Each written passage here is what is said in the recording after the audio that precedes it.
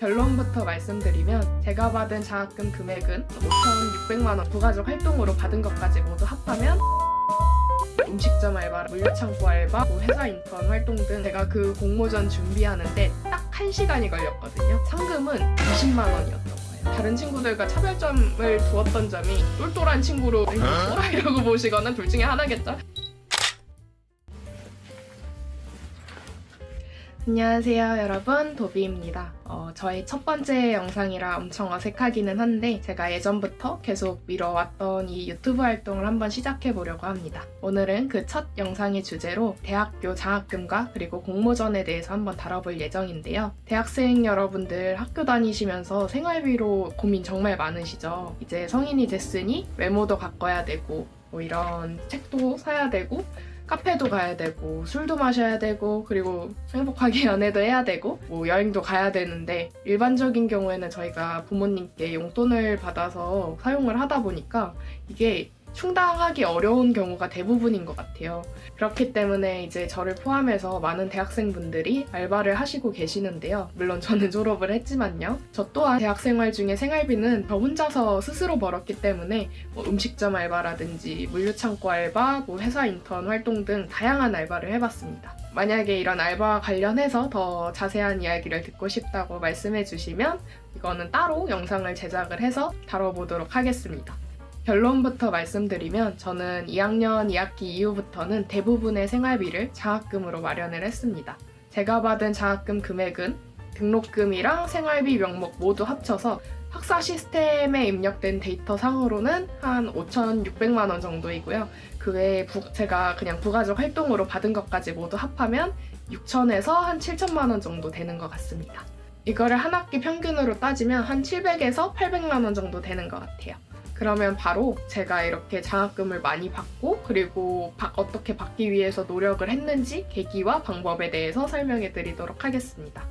뭐 장학금이나 공모전 수상 좋은 건 누구나 당연히 알겠는데 막상 어떻게 받아야 될지 그리고 자신이 공모전에 입상할 정도의 능력이 있는지 의심하시는 분들이 많으실 거예요. 저도 당연히 그랬습니다. 그래서 1, 2학년 때는 뭐 국가장학금이나 성적장학금 외에는 거의 받지 못했고 이거를 어떻게 시도조차 할 생각 자체를 못했습니다. 그래서 그때까지는 일명 몸으로 뛰어다니는 알바를 했죠. 그런데 2학년 때 정말 우연히 제가 뭔가 상을 받을 생각도 못했던 공모전에서 입상이 된 거예요. 이걸 욕심을 가지고 했던 건 아니고 정말 경험 차원에서 가벼운 마음으로 넣었던 건데 운 좋게 입상이 됐던 거거든요. 근데 그때 처음으로 공모전에서 이제 상금이라는 걸 받았는데 그 전까지 시급, 즉 제가 근로소득으로 돈을 벌던 저한테 있어서 이 돈에 대한 감각을 확 바꿔준 일이었습니다. 왜냐면 제가 그 공모전 준비하는데 딱 1시간이 걸렸거든요. 근데 이게 상금은 20만 원이었던 거예요. 제가 하루 종일 물류창고에서 뭐 9시간, 8시간 이렇게 일해서 벌었던 돈이 채 10만 원이 안 되는데 이제 1시간을 노력을 해서 20만 원을 벌었던 거죠. 그때부터 지금까지 하던 알바를 다 그만두고 바로 학업에 몰두를 하고 제가 신청할 수 있는 장학금 제도나 공모전은 모두 지원했던 것 같습니다. 그러면 우선 여러분들이 받을 수 있는 장학금의 유형에 대해서 한번 설명드려 볼게요. 장학금에는 크게 교회장학금 그리고 교내장학금이 있죠. 교회장학금은 대학생분들은 대부분 알고 계실 국가장학금이 있고 다양한 재단에서 장학생을 선발해서 등록금 면제, 생활비 보조 등의 형태로 학생의 학교 생활을 지원해주고 있습니다. 이런 교회장학금 정보는 학교 공지사항 사이트 혹은 구글이나 네이버에 검색을 했을 때 장학금 정보를 잘 정리해준 사이트가 있으니까 모르시는 분들은 이를 활용해서 신청 자격에 부합하는지 확인을 하시고 한번 신청해보시면 좋을 것 같습니다. 실제로 저는 위와 같은 방법으로 장학금을 신청해서 학기당 한 200만 원 정도의 생활비를 지원받았습니다. 다음으로는 교내장학금인데요. 이건 물론 학교 상황에 따라서 많이 차이가 나겠지만 이제 중요한 내용은 똑같으니까 말씀드려보겠습니다. 이것도 비슷하게 내야 할 등록금에서 차감이 되는 장학금이 있고 아니면 생활비 형태로 받을 수 있는 장학금이 있는데요. 성적장학금이 이제 대표적으로 등록금에서 차감되는 장학금이죠. 그리고 근로장학생 같은 게 대표적으로 생활비 장학금이 될 것 같습니다. 근로장학생을 은근 모르시는 분들도 있으시더라고요. 이게 뭐냐면 교내 특정 부서에서 행정 업무를 보조를 하고 시급으로 계산을 해서 알바처럼 받을 수 있는 장학금이에요. 뭔가 이게 알바와 비슷한 형태이기는 하지만 대부분 어려운 업무를 주시지는 않고 앉아있는 일이 대부분이고요. 그리고 이게 교내에서 일할 수 있다 보니까 다른 알바와 비교해서 뭐 수업에 쫓길 일도 없고, 그리고 이렇게 시간을 절약할 수 있는 장점이 분명하게 있죠. 그리고 근로장학금 같은 경우에는 이게 교내에서 운영하는 장학금도 있고 국가장학금의 형태로 교회장학금으로도 신청할 수 있으니까 이거는 한번 또 한국장학재단 페이지도 확인해 보시기 바랍니다. 말씀드린 장학금들은 이게 교내외 할 것 없이 이미 등록금 전액을 면제받고 있으시면 신청 자격에 제한이 있는 경우가 엄청 많아요. 그래서 이 점은 신청하실 때 공고 내용을 꼭 자세히 확인해 보시기 바라겠습니다. 자, 그럼 지금까지 이렇게 쭉 말씀드린 장학금을 받거나 혹은 공모전 수상을 하는 노하우나 팁이 뭘까요? 가장 첫 번째로 진부하죠? 진부할 수도 있지만 제일 중요한 성적입니다. 장학금이라는 게 형태는 되게 다양하지만 여러 가지가 있을 수 있지만 대부분은 성적이 우선시 될 수밖에 없는 것 같아요. 여러분들이 장학생을 뽑는 사람이라고 하더라도 만약에 같은 조건에 있는 학생이라면 당연히 품행이 올바른 친구에게 주고 싶을 텐데 그걸 학교나 그런 재단에서 판단할 기준은 대부분 성적밖에 없으니까요. 이렇게 1대1 마크 해가지고 관찰할 수 있는 게 아니다 보니까 그래서 저는 1, 2학년 분들도 좀 일찍부터 성적 관리를 꼭 하셨으면 좋겠어요. 이게 1학년 때 당연히 대학 막 들어와가지고 너무 놀고 싶은 마음 저도 잘 알지만 이게 오히려 1, 2학년 때는 고학년 때보다는 공부에 느슨하고 시험 보는 노하우 같은 것들도 다른 친구들이 많이 없기 때문에 상대적으로 경쟁하는 게 쉽거든요.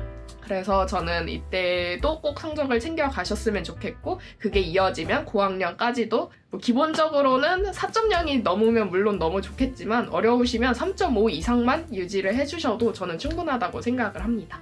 제가 드리는 팁 두 번째는 과제 결과물을 잘 모아라입니다.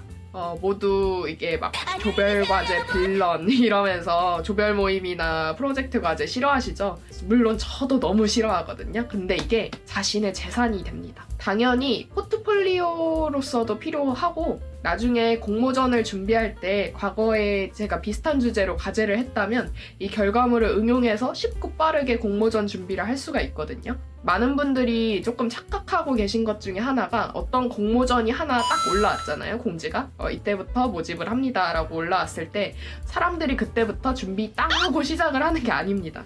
이미 그 전에 만들어 두었던 결과물들이 이만큼 있고요. 그 중에서 이 주제로 좀 낼 수 있는 것들을 좀 선별을 해가지고 거기에 올리는 형태가 많거든요.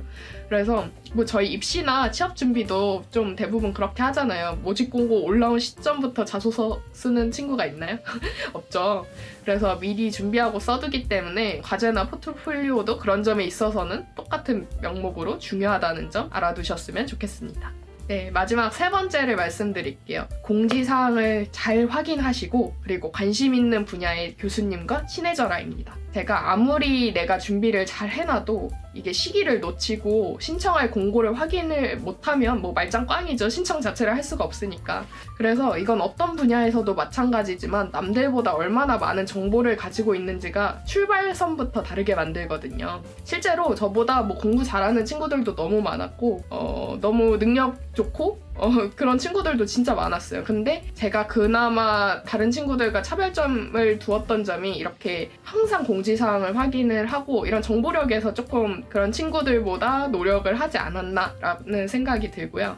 그래서 저는 이런 학교 공지사항 탭은 그 핸드폰 북마크 있죠. 인터넷 들어가면 그걸로 등록을 해두고 하루에 최소 2-3번은 들어갔던 것 같아요. 아침에 일어나서 한 번, 점심에 한 번, 저녁에 한 번 이런 식으로 그냥 학교 9시부터 6시까지 일하시는 그 사이에는 거의 2-3번 정도 이렇게 들어갔고 이게 처음에는 잘 안 되실 수 있어요. 안 되실 수 있는데 일주일만 딱 해보면 이게 바로 습관처럼 되실 거예요. 왜냐면 한 번이라도 이걸로 뭔가 딱 기회를 잡아보면은 살짝 주식 확인하듯이, 전 주식은 안 하지만 주식 확인하듯이 계속 볼 수밖에 없거든요. 그런 느낌으로 공지사항을 잘 체크해 주시는 습관을 들이시는 게 좋을 것 같고요. 그리고 교수님들이랑은 어떻게 친해지라는 거냐.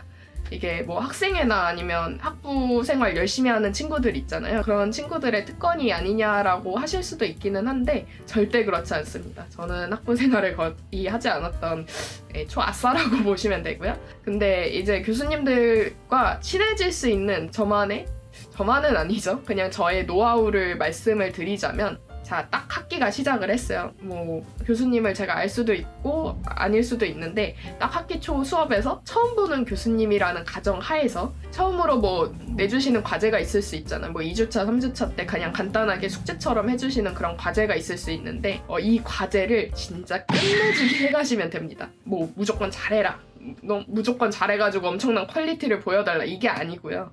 정성을 보여드리면 돼요. 그거에 좀 와, 이렇게까지 했다고 싶은 느낌으로. 그래서 첫인상을 그렇게 강렬하게 심어드리면 그 다음 수업부터 교수님은 여러분의 이름을 외우고 계실 겁니다. 그 다음부터는 자연스럽게 열심히 하는 학생에게 솔직히 더 기회를 주고 싶어 하시는 건 어쩔 수 없는 것 같아요. 다른 친구들보다는 좋은 정보를 빠르고 더 많이 접하실 수 있을 겁니다. 뭐 예를 들자면 저 같은 경우에는 그 한창 코로나 시기에 과제로 그냥 시험 대체용 과제였는데, 지금까지 배웠던 내용을 갖다가 좀 뭔가 이렇게 손으로 자필로 요점 노트 같은 걸 만들라고 과제를 내주셨거든요. 근데 뭐 그 분량 제한이 아예 없었어요. 뭐 몇 장부터 몇 장이 없었는데, 저는 그때 한번 정성이라는 걸 보여드리자 이러면서 A4용지 있죠. A4용지 양면으로 60장을 작성해 갔습니다. 좀 제가 생각해도 그렇게까지 한다고 싶기는 한데, 그 다음부터 좀 주변에 물론 그 수업에서는 그 과제에서는 좋은 점수를 받았고요. 여러분들도 딱 한 번만 그 수업에서 그런 정성을 보여드리면 교수님과 친해지는 건 진짜 문제 없을 거라고 저는 생각을 합니다. 좋은 쪽이든 안 좋은 쪽이든, 안 좋은 쪽은 없죠. 그냥 조금 저 친구는 특이한 친구구나, 뭐 저를 똘똘한 친구로 보시거나, 아니 뭐 또라이라고 보시거나 둘 중에 하나겠죠. 근데 어떻게든 눈에 들어오면 된다, 이겁니다. 네, 오늘은 이렇게 저의 장학금 그리고 공모전 수상 꿀팁에 대해서 말씀을 드려봤는데요. 내 가치에 투자하고 그리고 그만큼 적은 시간과 노력으로 돈을 버는 경험은 인생에 있어서 정말 중요한 것 같아요. 제가 몇 가지 뭐 구체적인 방법을 말씀드리기는 했는데, 제일 중요한 건 결국에는 망설이지 말아야 하는 것입니다. 자신의 성공 확률이 절대적으로 뭐 몇 %든 간에 내가 이거를 했을 때 성공할 확률이 20%건 30%건 80%건 제가 한 번도 시도 안 하고 0번을 시도하면 0%거든요. 뭐든 0을 곱하면 0이잖아요. 그래서 만약에 실패를 한다 해도 그거는 어쩌면 성공을 하기 전에 꼭 가져야 할 재산이라고 생각을 합니다. 저도 당연히 지금까지 받았던 그 공모전 중에 무조건 100%의 확률로 됐던 것도 아니고 장학금도 당연히 떨어진 게 있고요. 근데 그 안에서 이렇게 여러분들한테 말씀드릴 수 있는 그런 노하우들이 하나씩 생겨났던 거니까 절대 실패를 두려워하지 않으셨으면 좋겠고, 뭐든 그냥 고민보다 고 하시기 바랍니다. 저의 영상이 여러분들에게 도움이 되었으면 좋겠고, 추가로 궁금하신 부분이 있으시면 댓글로 한번 달아주시면 제가 말씀드리도록 하겠습니다. 네, 그럼 저는 다음에 더 좋은 영상으로 찾아뵙겠습니다. 감사합니다.